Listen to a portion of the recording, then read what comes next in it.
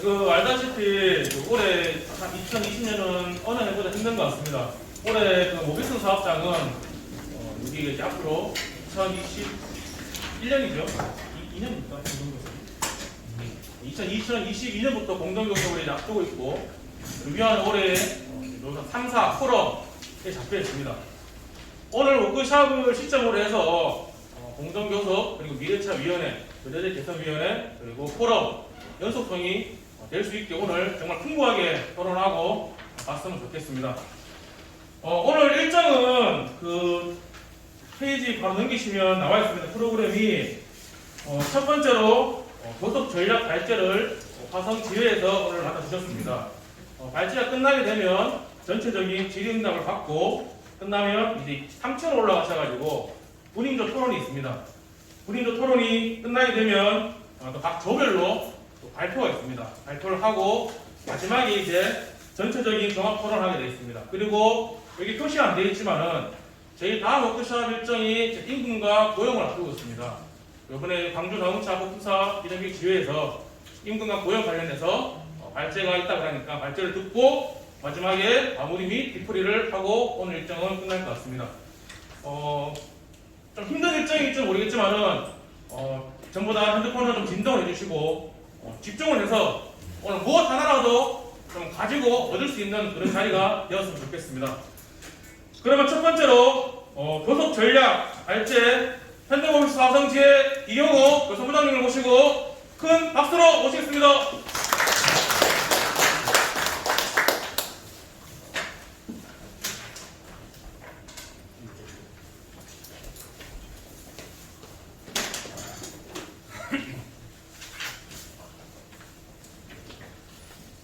네, 반갑습니다. 다들 얼굴이 나 있는데요. 처음에 노조 만들 때부터 봤던 분들도 계시고, 그리고 여러 가지 연대 활동을 하면서 많이 뵀던 것 같습니다. 사실 오기 전에는 되게 걱정을 많이 했는데, 여기 와서 보니까 오히려 반갑고, 같이 뭔가를 만들어 갈 수 있겠구나, 이런 생각이 듭니다. 이 교섭전략 워크숍 관련해서, 우리 화성지회에서 이번에 준비하기로 해서, 거기서 이제 지회 내에서 논의를 해서, 제가 준비를 하기로 해서 발제문을 준비하게 되었습니다. 우선 보시면 알겠지만 교섭 전략이라는 것은 사실 간단해요. 교섭을 어떻게 할 것인가 이 부분에 대해서 우리가 같이 고민하고 토론하는 겁니다. 그러니까 지금까지 보면 사실 다 교섭을 사업장별로 했었잖아요. 여기 13개 지회가 있지만 매년 교섭은 사업장별로 진행이 됐었는데 올해 이제 임단협 과정을 거치면서 새로운 이제 또 교섭 형태를 우리가 만들 수 있는 계기가 되었죠, 사실. 모비스 같은 경우에는 2022년에 공동교섭에 합의를 했고, 그 위아도 개별 사업장별로 현안 문제를 해결하다가 노사 공동 포럼이라고 해서 3개의 이제 지회가 같이 모여가지고 이제 논의를 할 수 있는 구조를 만들었죠. 어떻게 보면 사업장 교섭에서 한 단계 조금 나아간 상황이다라고 보시면 될 것 같고, 그러니까 결론은 이런 거죠, 사실. 우리가 지금까지 이렇게 조금씩 발전해서 교섭 구조가 발전하고 있는데, 그럼 나중에 장기적으로 봤을 때 모비스 위아 공동교섭을 같이 만들 것이냐 말 것이냐 이거에 대한 공감대를 만들고 거기에 대한 판단을 하는 거, 사실 이게 오늘 교섭 전략 워크숍에서 가장 중요한 부분이라고 저는 생각하거든요. 이것만 결정을 하면 다른 내용들은 크게 사실 채워나가면 되기 때문에 중요한 부분은 아닐 것 같습니다. 근데 좀 이런 게 있는 것 같아요. 요즘에 이제 모비스 위아가 뭉쳐가지고 여러 가지 공동활동을 하고, 그리고 공동교섭이나 여러 가지 위원회를 만들면서, 그러니까 외부에서 봤을 때는 조금 걱정을 많이 하는 것 같아요. 왜냐하면 이제 쟤네들끼리 뭉쳐가지고 쟤네들끼리만 잘 먹고 잘 살려고 하는 거 아니냐, 이런 우려들이 곳곳에서 제가 좀 들은 적이 있는 것 같아요. 산별 노조인데 왜 다 같이 안 하고 따로 빠져가지고 너희들끼리 하려고 하냐, 이런 우려가 있는데, 사실 이 우려는 뭐냐면 제 생각에는 반대로 생각하면 기대가 있다는 거거든요. 사실 한국 자동차 산업에서 여러 노조들이 있지만 현대기아차가 사실 우리나라 내수 시장의 70%를 차지해요. 현대기아차가 멈춘다는 건 뭐냐면 한국 자동차 산업이 멈춘다는 거예요. 근데 우리나라에 있는 여러 부품사 노조 중에서 현대기아차를 단 2시간 만에 멈출 수 있는 노조가 과연 있겠냐는 거죠. 그만큼의 힘이 있다는 거를 우리 외부에서도 알고 있고 우리 내부에서도 알고 있습니다. 근데 그 힘을 모비스 위아에 있는 동지들이 조금 더 열악한 환경에서 일하고 있는 노동자들을 위해서 쓰고, 그리고 노동자의 권리가 더 증진되는 방향으로 그 힘을 썼으면 좋겠다라는 그런 기대 때문에 사실 우려가 있는 거고, 근데 우리가 그렇다면 방향을 잘 잡아야겠죠. 우리 내부적으로 통일된 입장을 가지고, 그럼 우리의 계획은 이거고, 그렇기 때문에 같이 한번 소통하고 토론해보자 라고 이제 먼저 제기를 해서 함께 이제 그런 우려들을 불식해 나가는 게 필요하다. 그래서 이 워크숍이 기획됐다라고 보시면 될 것 같습니다. 이게 보시면 교섭 전략이니까 교섭과 전략, 교섭과 연대, 교섭 의제, 준비를 어떻게 할 것인가 이런 정도로 좀 구성을 했습니다. 전략이라고 보시면, 교섭이라고 보시면 이제 교섭은 사실 그릇이거든요. 모든 것들을 담는 그릇이라고 보시면 됩니다. 예를 들면 조합원의 요구를 담기도 하고, 그리고 교섭에서 우리가 이기려면 조합원의 단결이 필요하겠죠. 단결이 담겨야지만 그 그릇 안에 훨씬 더 맛있고 좋은 음식을 담을 수 있겠죠. 그러니까 이런 그릇이라고 봤을 때 교섭이라는 걸 좀 우리가 기존에 생각하는 것 말고 좀 폭넓게 한번 고민을 해보자 라는 의미입니다. 사실 아시겠지만 교섭 다 해보셨잖아요. 그냥 조합원 요구를 모아가지고 회사에 요구가 관철 안 되면 투쟁하고, 그리고 결과적으로 단협이나 합의서를 만들어내는 것. 아주 간단한 거죠, 사실. 다 알고 있는 건데. 근데 우리가 알고 있는 것들은 이제 지금은 초창기니까 우리의 요구 자체가 우리 사업장에 있는 조합원의 임금이나 복지를 향상시키는 요구들로 되어 있거든요. 근데 좀 폭넓게 보면 요구도 다양할 수가 있어요. 우리 사업장의 임금 복지를 높이는 것 이외에도 노동자의 사회 경제적인 지위 향상을 위한 요구들이 있죠. 예를 들면 부산 지하철 이런 데는 요즘에 청년 실업이 심각하다. 그러니까 청년 실업 문제 해소를 위해서 더 많은 일자리를 우리가 창출해보자. 이런 요구를 할 수도 있고, 그리고 이제 경남지구 이런 데는 우리 공장에 보면 우리 같은 데는 사실 단협을 통해 복지를 높이기가 굉장히 쉬워요. 어떻게 보면. 근데 공단에서 일하는 영세 사업장들 이런데 교섭 한번 제대로 하기 어려워요. 경남지구 차원에서는 그러면 같이 요구를 해서 사회연대기금을 만들어서 그 공단에 세탁소를 만들자. 이런 요구도 가능하다는 거예요, 사실. 실제로 그렇게 해왔다는 거고. 그리고 또 하나는 이제 단결이죠, 당연히. 다들 아시겠지만 교섭에서 이기려면 조합원이 단결해야 되겠죠. 하나의 방향성을 가지고 똑같은 요구로 단결해서 투쟁해야지만 힘이 실리겠죠. 근데 이것도 사실 사업장 내에서뿐만 아니라 예를 들면 옆에 있는 사업장들과 함께 단결해서 함께 뭉쳐서 싸우면 당연히 교섭에서 더 높은 수준의 안을 따낼 수 있겠죠. 그리고 또 하나는 어쨌든 이제 교섭이라는 것도 사회적인 관계를 반영할 수밖에 없어요. 지금 아시겠지만 노동법 계약 저지 투쟁 우리가 하고 있지 않습니까? 예를 들면 노동법 계약이 통과가 돼서 우리가 쟁의권을 마음대로 쓸 수 없다. 그러면 교섭에서 우리가 요구하는 걸 관철하는 게 한계가 생기겠죠, 당연히. 이런 문제들도 우리가 고민하면서 교섭을 당연히 해야 된다라는 거고. 그래서 이런 요구와 누구와 단결할 것인가, 그리고 사회적 문제에 얼마만큼 관심을 가질 것인가, 이런 걸 통해서 교섭을 진행하다 보면 그 노동조합이 지향하고자 하는 바가 무엇인지가 밝혀지겠죠. 두 가지 경우의 수가 있는 거죠.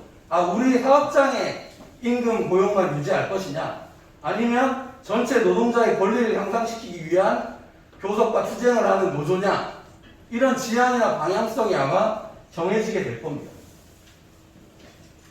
근데 실제로 지금까지 이렇게 해왔어요.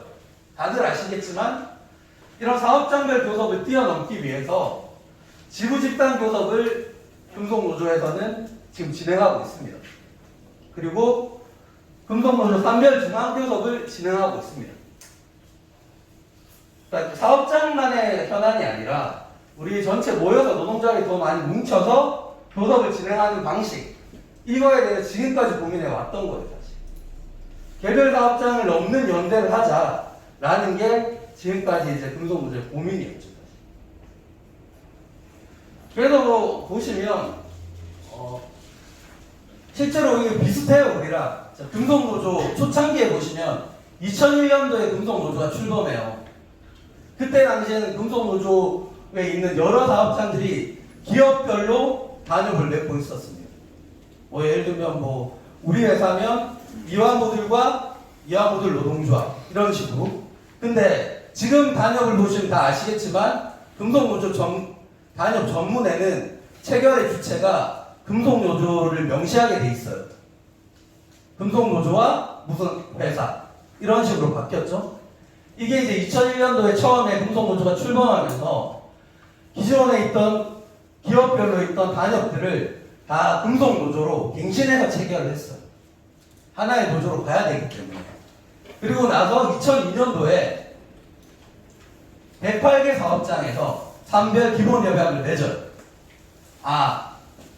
이제 사업장별로 교섭하지 말고 집단적으로 해보자. 그래서 2002년부터 2003년부터는 중앙교섭, 108개 사업장이 참여하는 중앙교섭을 만들자 라고 해서 그때부터 집단교섭이 시작된 거죠. 자, 이걸 보시면 저는 이걸 보면서 어떤 생각을 했냐면 지금 우리의 상황과 좀 유사하다는 생각을 했어요. 사실 뭐 올해까지는 단협을 우리가 각각 사업장별로 맺고 있잖아요. 근데 어쨌든 사측에 요구를 해서 2022년부터는 공동교섭으로 가자 이렇게 합의를 했잖아요. 그 상황이 2002년에 금속노조가 처음 추진했던 상황과 굉장히 사실 유사합니다. 유사하고 그리고 나서 그 힘을 바탕으로 2003년에 이거는 좀 되게 뭐 금속노조 차원에서 되게 자랑스러운 투쟁이라고 하는데 주 5일 근무제를 쟁취합니다. 금속노조가. 이 금속노조가 주 5일 근무제를 쟁취하면서 지금 우리가 당연히 주 5일 근무제가 당연하게 느껴지잖아요. 사회적으로 주 5일 근무제가 확산이 됩니다. 처음에 금속노조가 시작했던 거예요.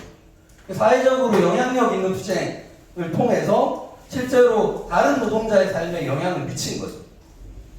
그런 투쟁을 진행했다고 보시면 될 것 같고, 그럼 이거를 왜 추진하게 됐냐 했을 때 97년도에 IMF 경제위기가 왔습니다. 그때 대기업들이 다 도산을 하죠.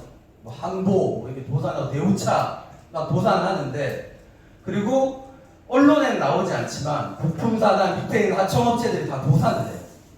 근데 개별 기업별로 투쟁을 했더니 이게 해결이 안 되는 거예요. 막을 수가 없는 거예요.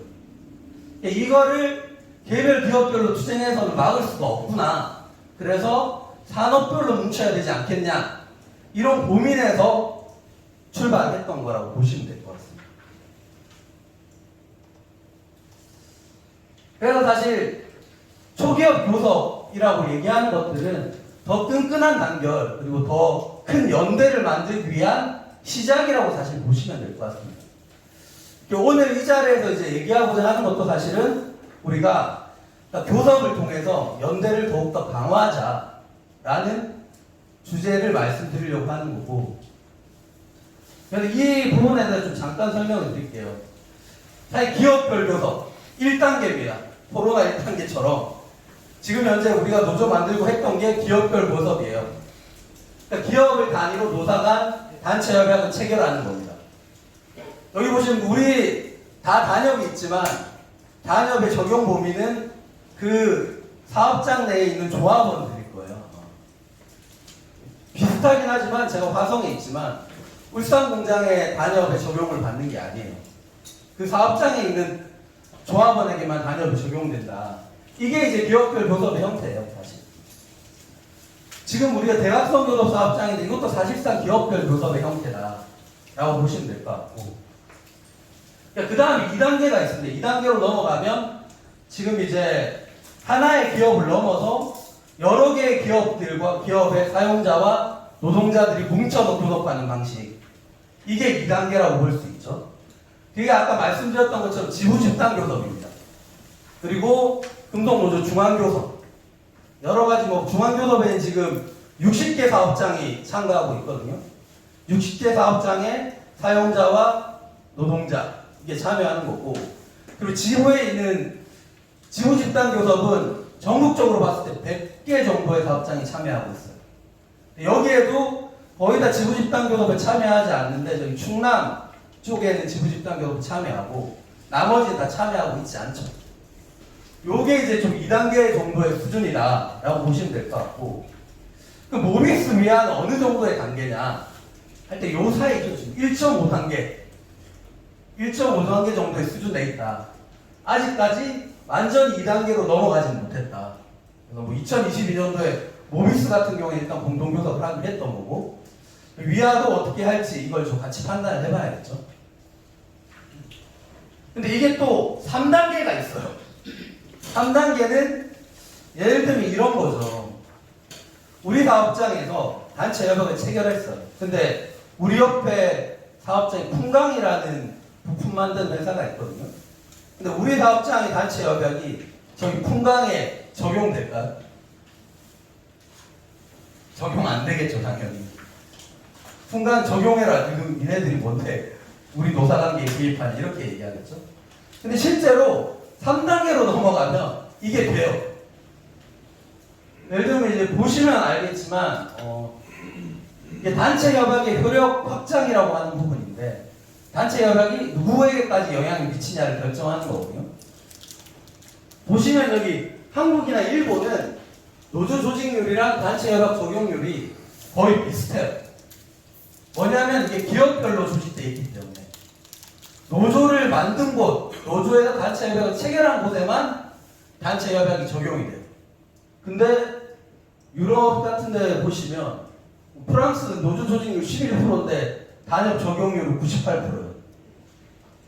사실 이게 좀 잘 상상이 안 되는 얘기인데, 이거는 프랑스가 제도적으로 이렇게 돼 있어요. 예를 들면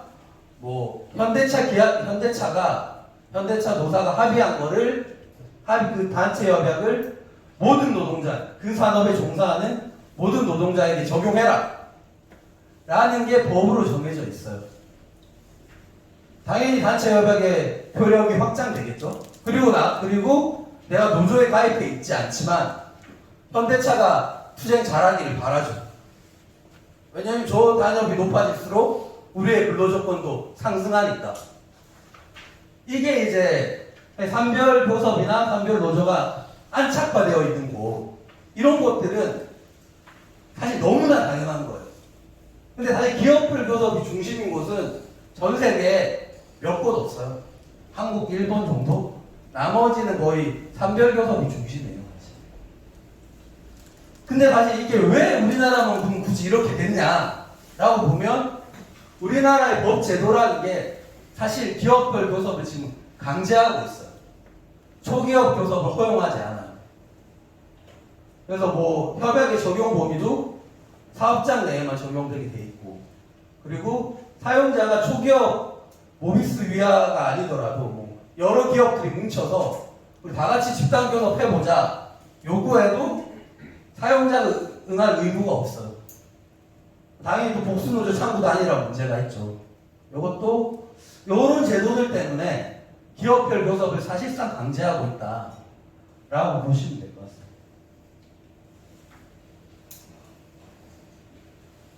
그래서 보시면 민주노총 조합원 100명, 10명 중에 한 85%? 다 산별노조 소속이에요, 사실은. 근데 이 산별노조 초기업 교섭에 적용을 받는 조합은 한 20%밖에 안 된다는 거죠. 나머지 80%는 그냥 다 개별 기업에 속해 있다라고 보시면 될 것 같고. 근데 이거는 사실 금속노조도 마찬가지예요.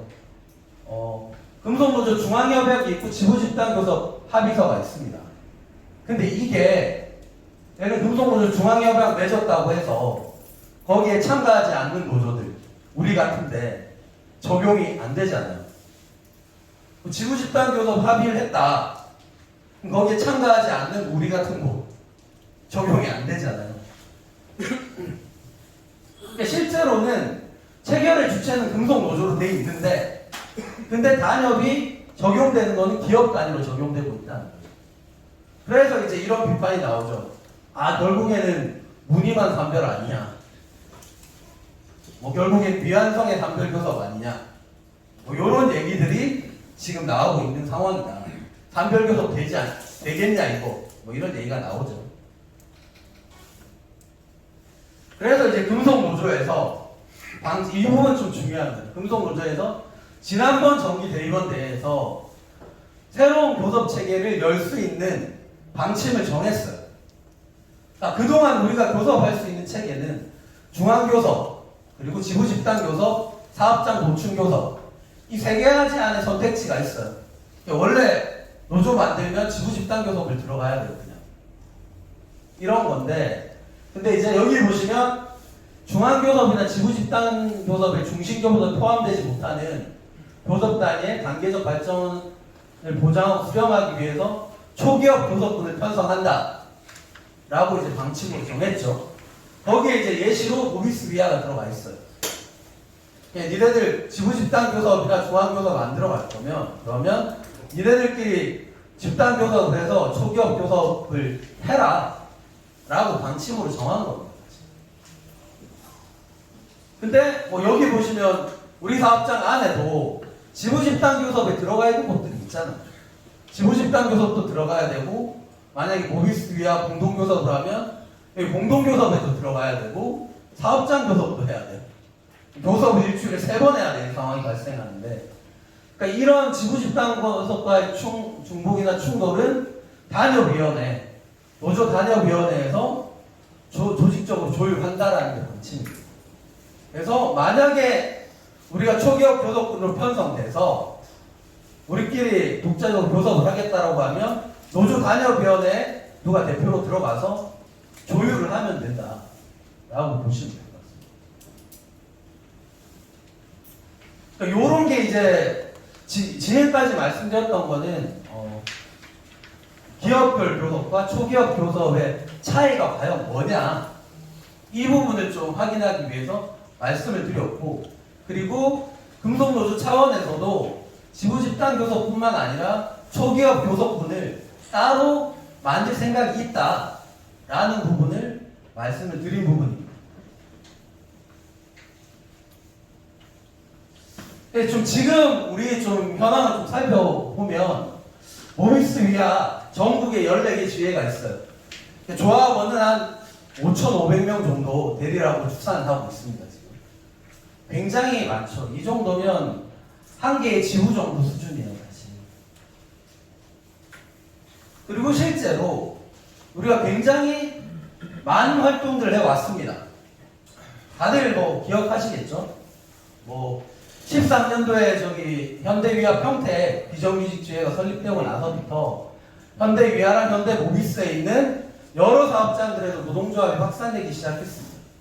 그래서 서로 노조 설립을 위해서 지원도 했었고 그리고 출근 선전전도 우리가 같이 가서 밤새 가가지고 일하고 아침에 가가지고 출근 선전전도 같이 했었고 설립총회도 했었고 이 설립총회를 생각하면 예전에 충주지회 설립총회가 생각나는데 그때가 이제 부품도 수련회하고 나서 충주지회 설립총회를 갔는데 노조 가입하겠다고 오신 분이 한 12분? 다들 너무 깜짝 놀라가지고 되게 걱정이 많았는데 그 다음부터 진짜 밤낮으로 뭐 화성, 평택에 다 전국에서 그 출근 선전전에 집중하고 해서 지금은 충주지회 내에서 안정이 되고 해서 압도적인 다수의 노조가 됐잖아요. 그런 것들도 사실 우리가 함께 경험했던 일들이었다고 생각을 합니다. 그리고 18년도, 19년도에 뭐 여기 신생 노조들은 모르시겠지만 공동 수련회를 진행했었어요. 그때 뭐 사실 처음 만났는데 전국의 간부들이 근데 마치 이산가족 상봉하듯이 정말 잃어버렸던 가족을 만났던 것처럼 밤새도록 미친듯이 술을 마시면서 잠을 자지 않고 돌아다녔던 기억, 그런 기억들이 있었던 것 같아요. 그리고 사실 노동조합 만들 때 다들 기억하시겠지만 너무 떨리잖아요. 걱정도 많이 되고. 근데 여기에 있는 서로가 연대해줘서 든든한 동지들이 있었기 때문에 우리가 이렇게 지금 이런 워크숍을 가질 수 있었다. 그런 게 아닐까라는 생각이 들고, 이런 많은 과정들을 통해서 사실 우리가 지금 여기까지 왔다 라고 다들 아실 거라고 생각합니다.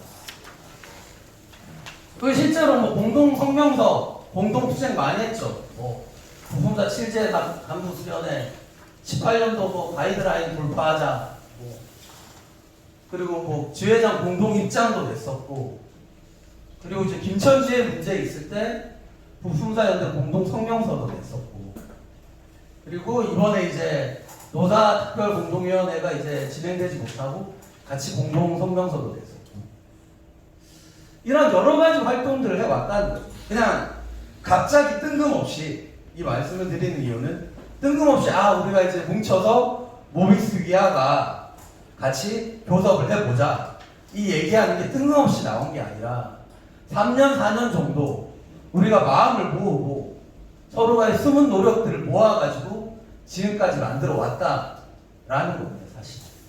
그래서 한 단계 조금 진전된 안이 나왔죠. 저번에 위아 노사 공동 포럼을 성사시켰고, 모비스 같은 경우에는 2022년에 공동교섭을 성사시켰습니다. 그렇다면 과연 이렇게 빠르게 우리가 이런 공동교섭이나 공동교섭에 준하는 위원회를 같이 꾸릴 수 있었던 이유는 도대체 무엇일까? 이 부분에 대해 설명을 드릴게요. 사실 이렇게 생각할 수 있잖아요. 왜 굳이 모비스 위아가 뭉쳐야 돼?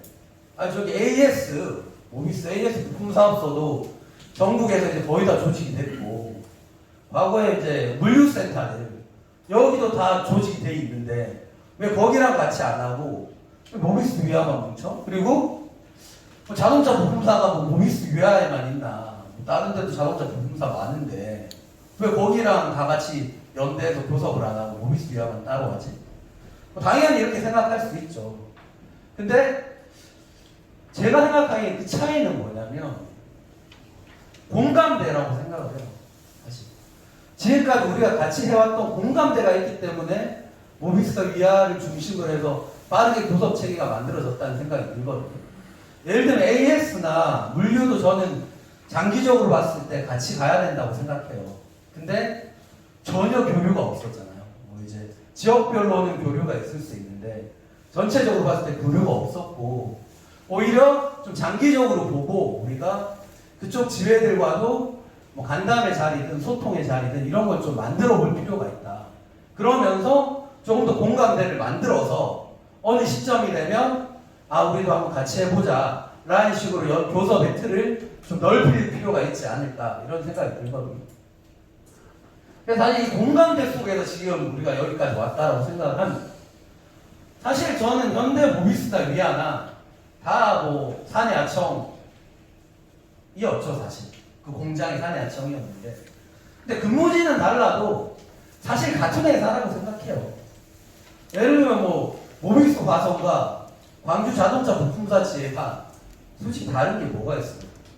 회사 이름 말고 똑같은 비슷한 모듈을 비슷한 완성차 공장에 납품하는데 다를 게 사실 없어요. 기업의 명칭만 다른 뿐이지 사실. 그래서 사실 실제로는 저는 같은 회사라고 보고 있거든요. 생산 관리하는 방식이나 뭐 생산 품목, 또 생산하는 방식, 작업하는 방식 다 유사해요. 그리고 실제로 작업 환경, 임금 체계, 임금이 독지 수준 이런 것도 다 비슷해요. 사실. 여기 사진 보시면 저는 이 사진 보면 우리 회사인 줄 알았어요. 근데 우리 회사가 아니에요. 여기 뭐 다른 지회예요. 울산인지 어디고 뭐 다른 지회거든요. 사실 다 똑같은 환경이 있었기 때문에 그렇기 때문에 수련회 때 모였을 때 이산가족 상봉하듯이 모여서 역시 우리는 하나였구나. 원래 태생부터 이런 걸 느낄 수가 있었던 거죠. 그래서 조금 더 우리가 연대를 확대하기 위해서는 조금 더 공감대를 확산시키기 위한 여러 가지 사업을 좀 기획해 볼 필요가 있지 않을까라는 생각이 듭니다. 자, 그러면 이제 앞으로 어떻게 할 것인가에 대해서 좀 설명을 드리도록 하겠습니다. 앞으로 어떻게 할 건지를 보려면 지금 우리가 처해 있는 상황이 어떤지를 한번 우리가 살펴볼 필요가 있을 것 같습니다. 다들 아시겠지만 경제가 어렵다, 살기 힘들다 이런 거는 여러 가지 수치가 아니더라도 다들 느끼고 있을 거예요. 아마 보시면 2010년대 들어서 제조업이 정체하기 시작했어요. 저성장이 시작됐다고 얘기를 해요. 그리고 2010년대 중반이 되면서 제조업이 유료 주력 업종들, 특히나 조선이나 자동차 여기는 기업 구조조정이 노출되기 시작했어요. 대우조선, 현대중공업 투쟁은 다들 아시잖아요. 작년인가 재작년에 울산 가가지고 열심히 연대하고 투쟁했던 거 기억나시죠? 조선업이 구조조정이 시작되고 있고 자동차에서도 한국 GM 분당공장 폐쇄했잖아요. 이건 되게 이제 언론에 나오는 큰 대기업이지만 실제로 여러 자동차 부품사들이 지금 구조조정에 놓여있는 상황이다라고 보시면 될 것 같고, 예를 들면 이 부분이 좀 중요한데, 회사가 경제가 성장하는 시기면 몸짓을 키우겠죠. 더 공장을 많이 지어가지고 더 많이 생산해서 더 물건을 많이 팔아야지 이익이 많이 남으니까 규모를 확대했어요. 그러면 일자리가 굉장히 늘어나겠죠. 근데 성장성이 둔화가 되면 오히려 일자리를 줄이려고 해요. 일자리를 더 줄이려고 하겠죠. 그러니까 몸짓을 키우기보다는 이제는 수익을 확보하려고 하는 거죠. 수익 확보를 위해서 많이 얘기하는 비용을 절감하겠죠. 비용을 절감하기 위해서 인력 구조 조정을 한다거나 이렇게 진행을 하겠죠. 이런 상황에 우리가 놓여있다. 이걸 보면서 이제 앞으로의 투쟁을 전개해야 된다라는 거고, 실제로 전 세계 자동차 산업, 이제 미래차로 넘어가는 시기가 되니까 모든 이제 세계 이제 자동차 산업의 1위부터 5위까지 순위를 점유하고 있는 큰 자동차 회사들이 몸짓을 줄이고 있어요. 수익성을 확보하기 위해서.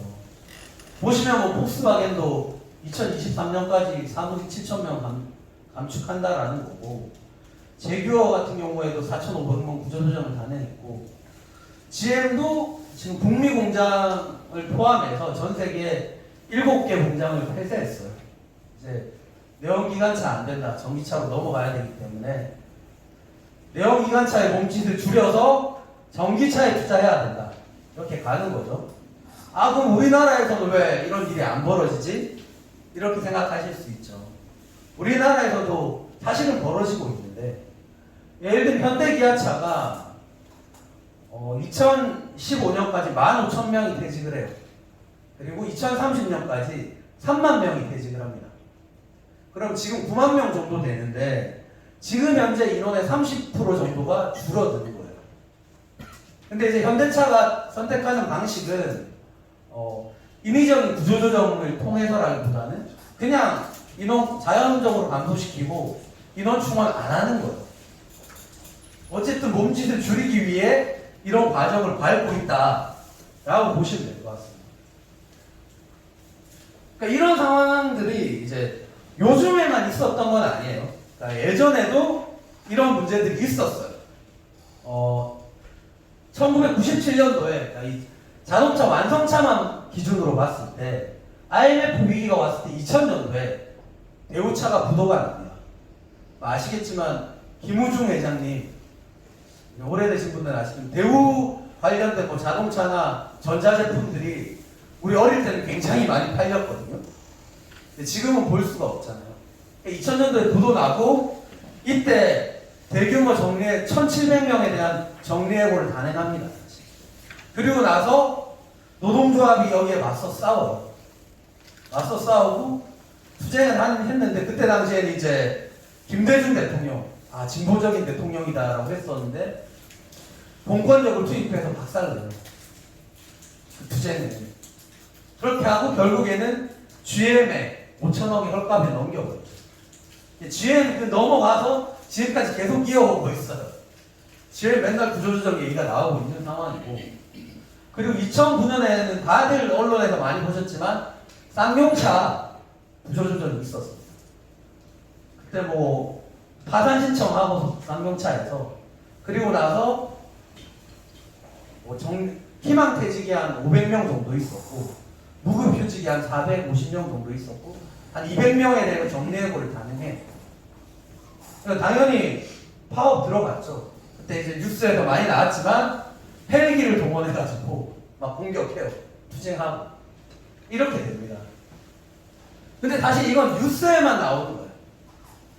이게 왜 이 쌍차나 대우차가 이렇게 부각이 되냐면 국가 경제에 파급력이 크거든요.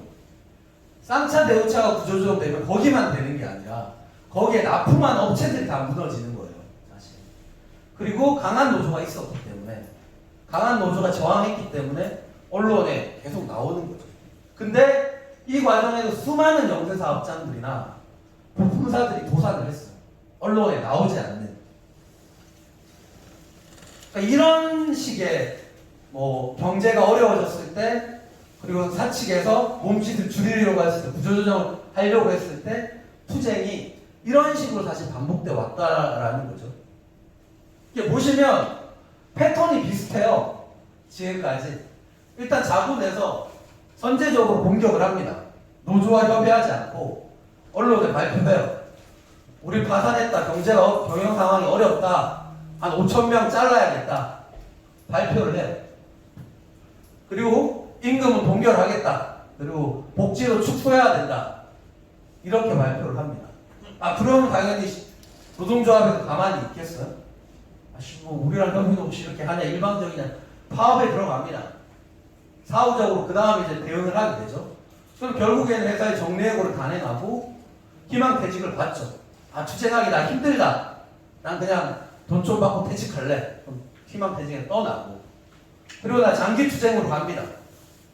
이렇게 가면서 이제 동력이 떨어지고 이렇게 되는 투쟁이 사실 반복돼 왔어요. 이런 걸 보면서, 이건 제가 아니라 전체 이제 이런 노동조합 운동을 했던 사람들, 노동운동을 했던 사람들이 기업별로 이렇게 투쟁해서는 이기기가 어렵겠구나. 그래서 산별 노조를 강화하고 산별협약을 체결해야지, 산업적인 차원에서 우리가 싸워야지 이길 수 있구나. 이렇게 생각을 했던 거죠. 그래서 산별교섭을 추진해 왔다라는 거예요. 근데 그러면 우리는 그럼 어떻게 될 거냐? 당연히 미리 걱정할 필요는 없죠. 근데 만약에 진짜 내일 언론에 현대모비스, 현대위아에서 우리 구조조정 하겠다 발표했어. 그럼 어떻게 하겠어요? 당연히 싸워야죠. 지금 당장, 지금 뭐 단협이고 이런 거 다 필요 없고 무조건 때려박고 싸워야 되는데, 제가 보기에는 지금 당장 그럴 상황은 아니다. 지금 현대차, 기아차가 무너진다는 건 사실 한국 경제의 절반이 무너진다는 거거든요. 근데 한 10년 안에는 한국 경제가 망할까? 이런 생각이 들거든요. 그래서 아직까지는 뭐 우리가 그 정도의 상황까지 갈 건 없다라고 생각을 하는데, 근데 지금부터 이제 준비를 해놔야 된다. 미리 대비를 해놔야 된다라는 거고. 근데 아까 말했듯이 준비를 하려면 아까 앞에서 설명했던 것처럼 같은 방식으로, 결과는 똑같아요. 같은 방식으로 대응하면. 그러면 좀 다른 방식으로 해야지 다른 결과가 나타난다는 거고, 그거를 우리 모비스 위아가 이제 공동교섭을 가면서 한번 만들어 보자. 이런 취지에서 이제 설명을 드리는 거예요. 그래서 일단 지금 보시면 사전에 그런 감지를 해야겠죠. 구조조정이 일어날 수 있다는 거를. 그리고 조기에 개입할 수가 있어야 되고 선제 대응을 해야 할 수가 있어야겠죠. 근데 그게 뭐지 가능한가 회사에서 당연히 아무 정보를 안 주고 자기도 일방적으로 할 텐데 당연히 지금 상황에서 어렵죠. 근데 우리가 만들어 놓은 틀이 있잖아요. 지금 미래차위원회도 있고 위아 노사 공동 포럼 이제 본격적으로 진행될 텐데 이걸 잘 운영해서 그런 체계를 만들어야겠죠. 그래서 여기에 대한 토론도 많이 필요할 것 같고 그리고 가장 중요한 거는 저는 부품사가 공동으로 대응할 체계를 구축할 필요가 있어요. 지금도 사실 예를 들면 같이 공동으로 교섭을 안 하니까 사업장 현안은 사업장에서 해결을 해야 돼요.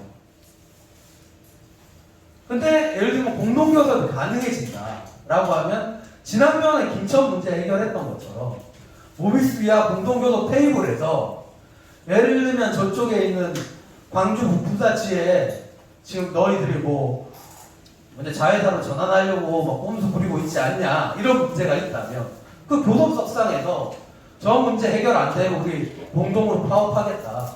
그러니까 이런 방식으로 갈 수 있다는 거죠. 그냥 개별 사업장에 맡겨서 우리끼리 어떻게 해서 해결해보자 이런 방식이 아니라 더 큰 연대의 틀을 만들어서 그 틀 안에서 사업장별로 고민되는 문제들을 요구하고 해결할 수 있는 그런 대응 체계가 구축이 될 수 있다라고 저는 생각을 합니다. 또 하나는 이제 앞으로 이제 공동교섭을 통해서 우리가 연대를 강화하면 무엇을 할 수 있을 것인가 이런 부분에 대해서 좀 설명을 드리겠습니다. 일단은 미래차 시대를 이제 대비해야죠. 이게 미래차 시대가 언제 올지는 사실 잘 모르겠습니다. 전기차에 현대차 같은 경우는 2025년까지 100조를 투자하겠다고 한 건데 그리고 100만 대를 생산하겠다고 했는데 그때까지 될지는 모르겠습니다. 근데 어쨌든 속도는 잘 모르겠지만 방향은 전기차로 넘어가는 게 확실해 보인다라는 거고 그렇게 되면 보시면 산업 구조 자체가 변해요. 지금처럼 완성차가 중심이 되는 체계가 아니고 오히려 미래차에서는 배터리나 반도체 이런 게 더 중요해질 수도 있고 그리고 IT 기술 이런 게 더 중요해질 수 있거든요. 그런 산업 쪽으로 더 확산이 되겠죠. 자동차 산업이라는 게. 그런 게 좀 달라질 수 있고 그리고 보시면 알겠지만 내연기관차에 비해서 한 30% 정도 부품이 줄어든다라고 보시면 될 것 같습니다. 근데 이런 걸 우리가 이제 미리 대비를 해야 되는데 그럼 어떻게 대비를 할 건데 지금 그럴 수 있죠. 근데 제가 볼 때는 가장 중요한 거는 전기차 부품들을 생산하는 공장들을 선제적으로 조직할 필요가 있어요. 지금 울산 이하산단에도 배터리팩 공장을 만들고 있죠. 그리고 대구 성서공단에도 PE 모듈을 만들고 있죠. 그러니까 예를 들면 이게 우리끼리 투쟁을 해서 싸우면 나중에 돼서 회사가 부품을 다른 곳으로 돌려버릴 수가 있어요. 그런 걸 사전에 방지를 해야겠죠. 그러려면 전기차 핵심 부품을 만드는 곳들을 사전에 먼저 조직화를 해놔야죠.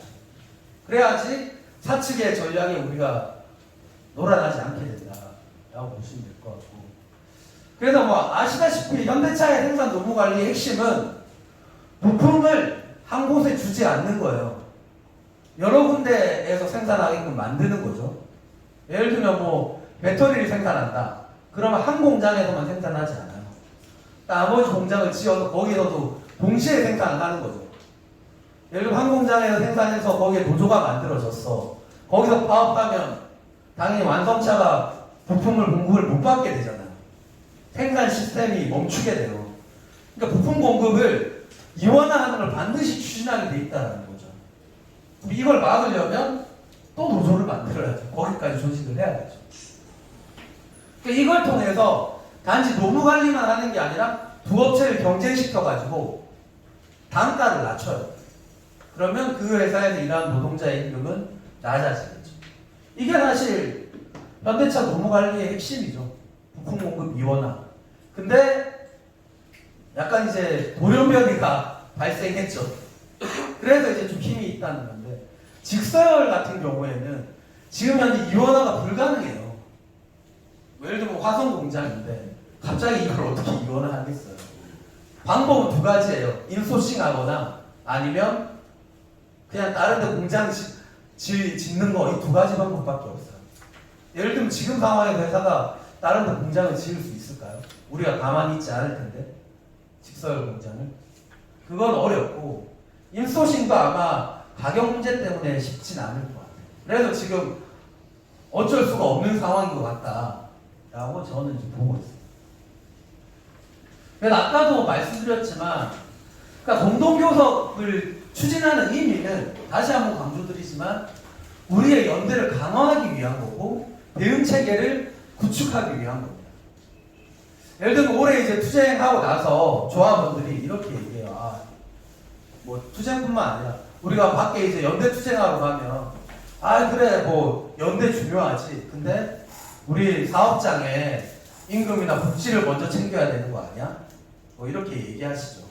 우리 사업장에서도 야 우리가 저기 광주에 있는 공장이랑 임금을 똑같이 받아도 되냐고. 우리는 코로나 때문에 휴업한 적도 없고 더 일 열심히 했는데 임금 더 받아야 되는 거 아니야? 뭐 이런 식으로 사람들이 생각을 해요.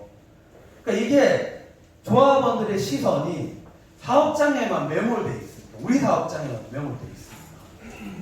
근데 실제로 뭐 우리가 집회 같은 데 가면 노동자는 하나다 다 이렇게 얘기하지만 실제로 알고 보면 다 사업장별로 우리 사업장을 먼저 챙겨야지 이렇게 되어 있는 상황이라는 거죠. 기업별 교섭 체계에서는. 예를 들면 이거는 어떤 느낌이냐면 저는 너를 사랑하지만 함께 살고 싶지 않다 뭐 이런 느낌? 네가 보고 싶지만 연락은 하지 말자 뭐 이런 느낌처럼 들리거든요.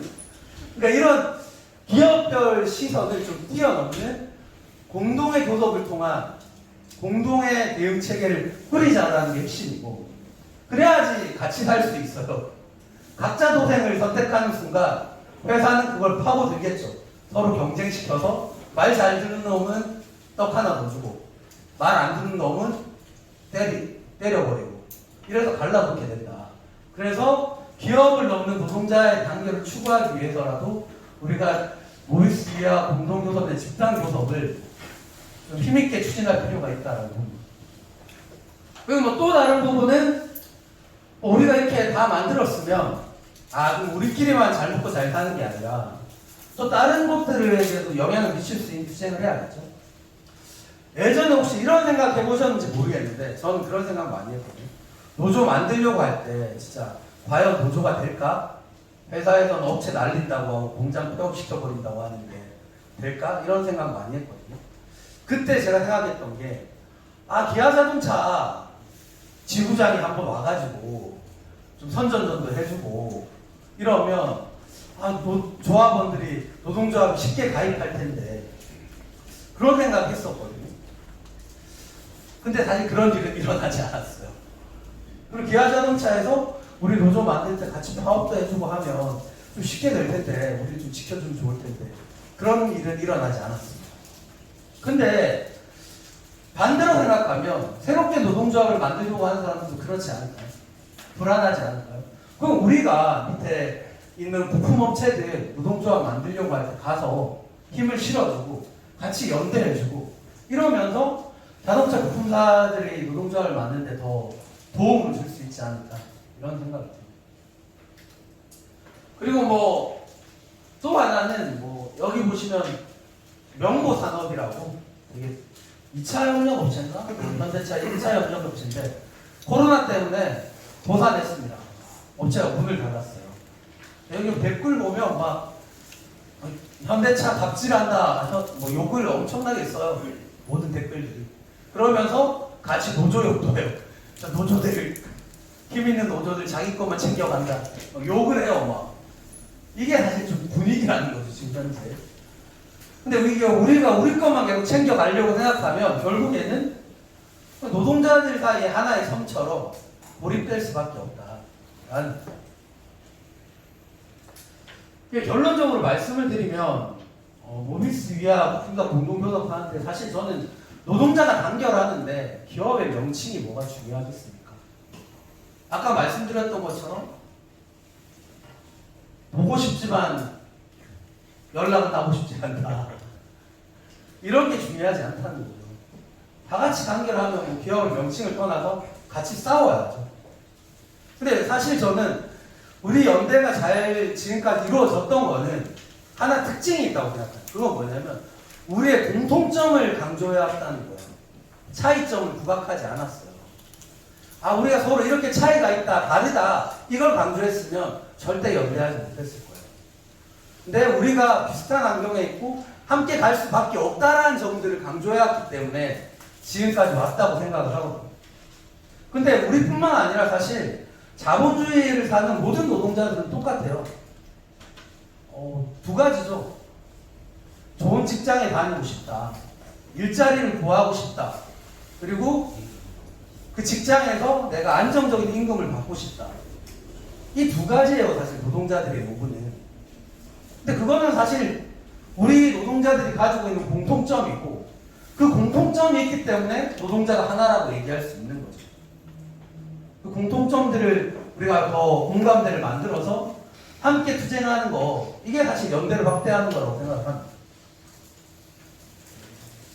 그래서 이거는 이제 실제로 그 모비스 위아가 공동교섭이 되었을 때 의제가 있어야 되잖아요.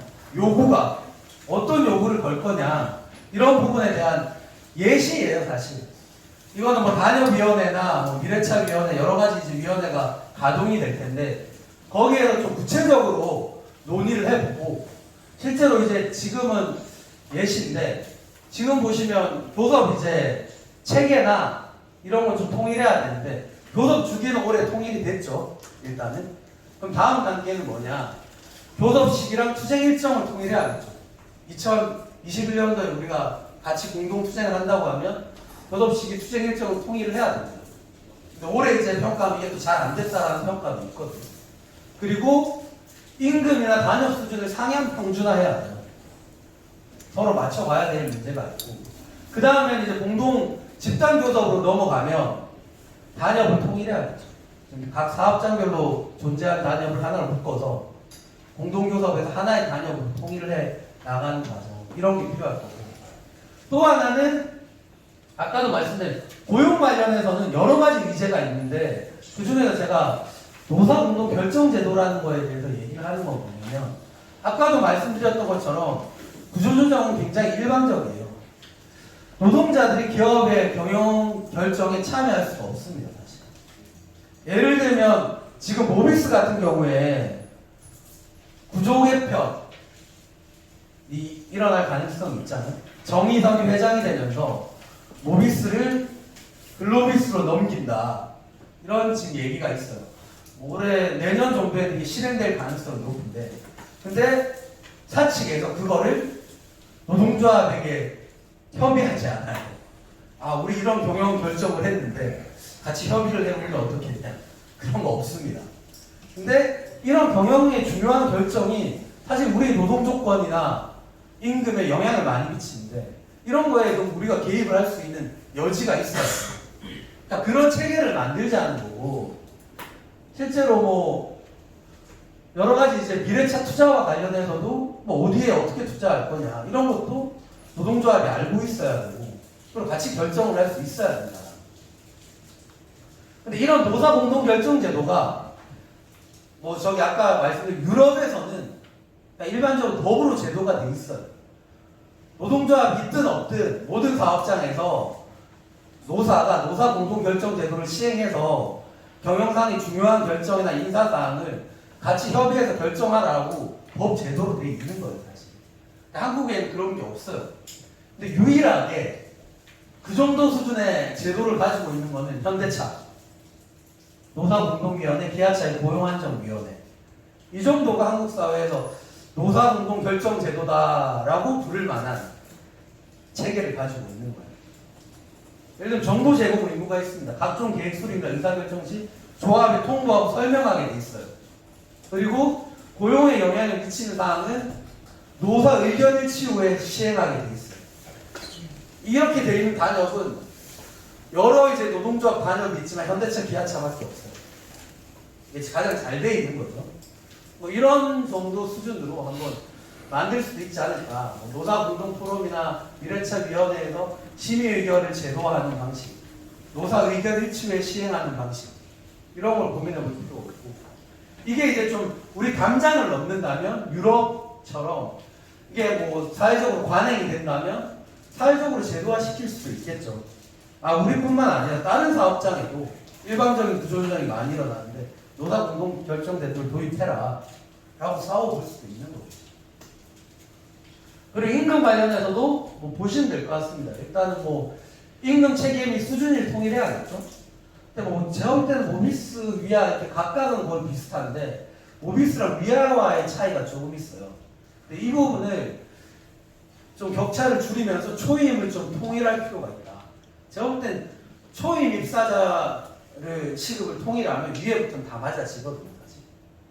이걸 좀 고민해 볼 필요가 있고, 그리고 뭐 올해는 해결하지 못했지만 상여급 이제 600% 통상급화 문제가 있고, 그리고 좀 더 이제 우리 내에서 이 문제가 해결이 되면 좀 밖으로 나가서 우리 직종에 종사하는 노동자들과의 임금 체계를 어떻게 만들 건가, 이런 걸 좀 고민할 수 있겠죠.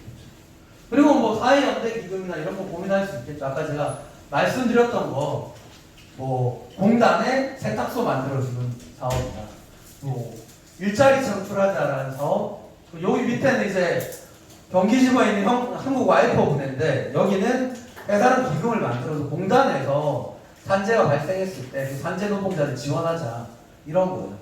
노사가 합의해서 기금을 만들어 운행하겠다.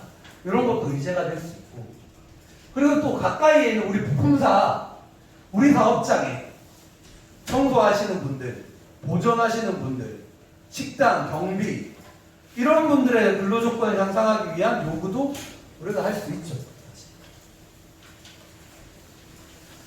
그래서 이제 이런 의제들이 있기 때문에 요거는 우리가 같이 좀 계속 토론을 해봐야 되는 부분이다 라고 보시면 될 것 같고, 근데 이런 게 과연 우리만 있냐 라고 제가 좀 사례를 찾아봤습니다. 근데 우리만 있진 않아요. 저기 민주노총 서울본부 소속의 희망연대 노조가 있는데, 그러니까 이거는 교섭을 어떻게 명칭하냐면 동일 원청 소속의 다수 다청업체 집단교섭이라고 얘기해요. 예를 들면 이제 LG U+ 다 아시잖아요. LG U+가 우리처럼 72개의 하청업체를 두고 있어요. 원청 직고용이 아닌. 여기에서 48개 정도 노동조합을 조직을 했어요. 노동조합을 조직을 해서 우리처럼 모비스 비아 집단교섭처럼 나중에 집단교섭을 하고 있어요, 지금. 그런 상황, 이런 사례들이 있다라는 거고. 아, 그럼 여기는 왜 어떻게 그럼 그렇게 하게 됐어요? 이렇게 이제 인터뷰나 질문을 했죠. 그러니까 이제 어떻게 얘기했냐면, 간접고용 비정규직이 원청 직접 교섭만 목표로 할 경우에, 이걸 하나만 목표로 할 경우에는 노조가 파괴될 때까지 교섭하건 못하는 게 사실 지금까지의 냉정한 현실이다. 원청 사용자 책임이 인정되지 않는 현행 제도 속에서 간접고용 비정규직 임금과 노동조건 상향 평준화를 위해서 전략적으로 실천적으로 선택한 게 하청업체 간의 집단교섭을 통한 초기업 교섭이다. 이렇게 얘기를 하거든요. 지금에서 이게 한 4, 5년 동안 아마 진행이 됐을 겁니다. 물론 이제 원청 사용자 책임이 인정되도록 하기 위한 제도 개선을 위한 투쟁이 필요해요. 노조법 비조 개정해야죠. 이 투쟁을 하고 있는데 당장 이게 다 바뀔 게 아니기 때문에 이 현행 제도 안에서 좀 유연하게 전략적으로 이걸 선택했다라고 얘기를 하고 있습니다. 여기는 이제 그 목표가 뭐냐라고 했을 때는 결국에는 여기는 이제 케이블 방송 통신 설치 수리 기사거든요. 그래서 결국에는 케이블 방송 및 통신 설치 수리 기사에게 이제 우리가 적용받는 임금 체계를 똑같이 노동조합에 가입해 있지 않더라도 똑같이 적용시킬 수 있게끔 하겠다. 이게 목표라고 얘기를 하더라고요. 그리고 조금 고민이 있더라고요. 인터뷰 보니까. 지금 이제 이게 제도가 안착화됐는데 이걸 계속해서 해 나갈 것이냐 아니면 원청을 끌어들이는 싸움을 할 것이냐 이 부분에 대해서 조직적으로 좀 고민이 있다라고 인터뷰가 있더라고요. 지금 좀 약간 조직적으로 이런 부분이고. 그리고 우리 같은 경우에 좀 고려해야 될 상황이 있습니다. 만약에 모비스야 집단교섭을 추진한다고 했을 때 근데 금속노조의 산별교섭의 교섭권 및 체결권은 위원장에게만 있습니다. 다들 아시죠 이거는? 위원장에게 있고 사실 지부 임원은 위원장에게 교섭권을 위임받아서 사업장 보충교섭에 들어오는 거죠. 그렇다면 이 교섭권이 이제 독자적인 지회에 있는 게 아니기 때문에 올해도 이제 이 부분이 굉장히 논란이 많이 됐습니다. 노사특별공동위원회를 하면서. 그러면 일단 노조 지부 지회 간에 좀 소통이 더 원활하게 이루어져야 될 것 같다는 생각이 듭니다. 지금까지 소통이 없었기 때문에 별로 서로 간에 오해와 갈등이 생길 수밖에 없거든요. 이 소통을 어떻게 할 것인지에 대해서 좀 고민해 볼 필요가 있고 그리고 노조 및 지부의 투쟁 방침에 또 같이 복무해야겠죠. 왜냐면 현대차 기아차가 욕먹는 거는 다른 것보다는 아니 저들끼리 금속노조들 다 투쟁하는데 파업 지침 내려도 그냥 쌩까고 안 한다. 이런 거거든요 사실. 함께 투쟁하지 않는다는 거거든요. 이런 부분들도 좀 고민이 필요하고 아까 제가 서두에 말씀드렸던 것처럼 노조 단협위원회 참여 문제도 좀 고민을 해봐야 될 것 같습니다. 근데 이게 또 사례가 있어요. 금속노조 중앙교섭, 집단교섭만 있는 게 아니라 삼성서비스 전자주회가 좀 우리랑 비슷해요. 근데 이제 노조가 교섭에 참여해요. 여기는 노조 중앙임원, 부위원장이 교섭권을 위임받아서 여기 삼성서비스 지회 교섭에 참여를 합니다. 그리고 뭐 금속노조 노조 지부투쟁 방침에 복무하고 여기는 일단 지금은 지부집단교섭에 참여하지 않는다고 하더라고요. 그러니까 이런 형태로 운영이 되는 사례가 있다라고 보시면 될 것 같아요. 그리고 뭐 이건 이제 뭐 이거는 크게 참고할 필요는 없어요. 그냥 머리를 굴려보면 뭐 이런 식으로 가능하지 않겠냐. 올해는 교섭식이 통일하고 공동투쟁하고 2022년에는 모비스 공동교섭하고 위아도 공동교섭을 하고 23년에는 위아 모비스 공동교섭하고 뭐 이런 식으로 그 다음에는 물류나 AS까지 해서 좀 넓혀보고 이런 식으로 좀 계획을 짜볼 수도 있지 않겠냐 라고 이제 좀 예시를 드립니다. 일단 뭐 제가 설명을 거의 드렸는데 제 걱정은 그러니까 많은 사람들이 우려하는 건 좀 불식할 필요가 있어요. 결국 니네들이 뭉쳐서 니네들만 잘 먹고 잘 살기 위한 높은 성을 지금 쌓으려고 하는 거 아니냐 이렇게 얘기하거든요. 사실 아닌데 계속 그렇게 얘기를 하는 거고.